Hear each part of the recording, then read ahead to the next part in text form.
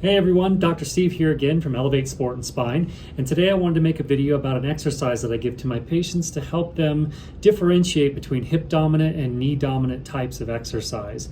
What you might want for this type of exercise is a real thick band. If you could tie a knot in the middle, kind of like I have here, or they sell thicker bands that are kind of called booty bands, I think is the name of them, or hip circles online, and you can use those for these exercises.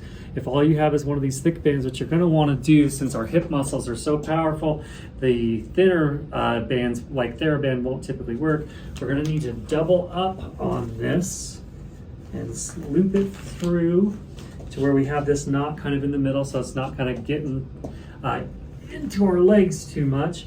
And then what we're going to do from here is get into what we call a kickstand position. And with this, what I'm going to do is kind of reach backwards until I'm kind of in this kind of starting stance. What we're going to do from here, just to kind of make sure that I'm putting most of my weight on this lead leg here, because that's the one we're going to focus on, is to do these little kickstands back here like this.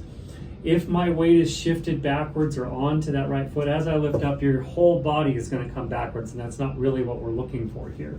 We're trying to bear most of the weight on this front side, and then can do that by just getting into position and going, okay, when I lift here, my body doesn't really move.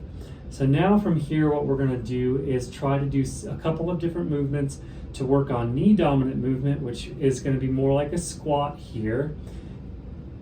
And what you'll see with this one, the big difference is that my shin sort of comes forward like that. And that's what's going to put more pressure in through here, more effort into the quad.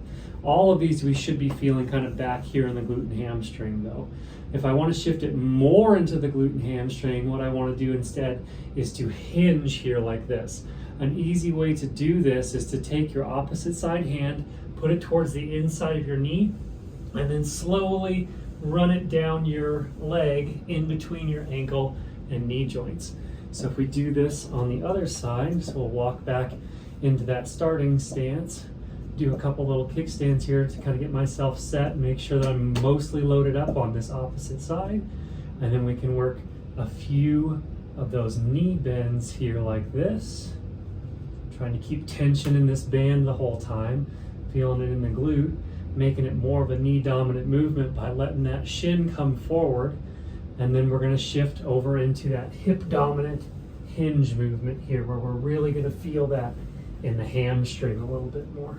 So this is a good exercise for helping us determine the difference in between a squat, where the knees kind of come forward, and a deadlift kind of motion where the hips come backwards and the shins stay vertical, which tends to be a bit more sparing on the back and knees.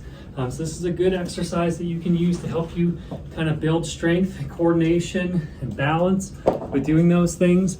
And doing it with a single leg like this exercise may help you kind of determine where you have trouble doing that on side to side, especially if you have more discomfort on one knee versus the other. It might help you sort it out.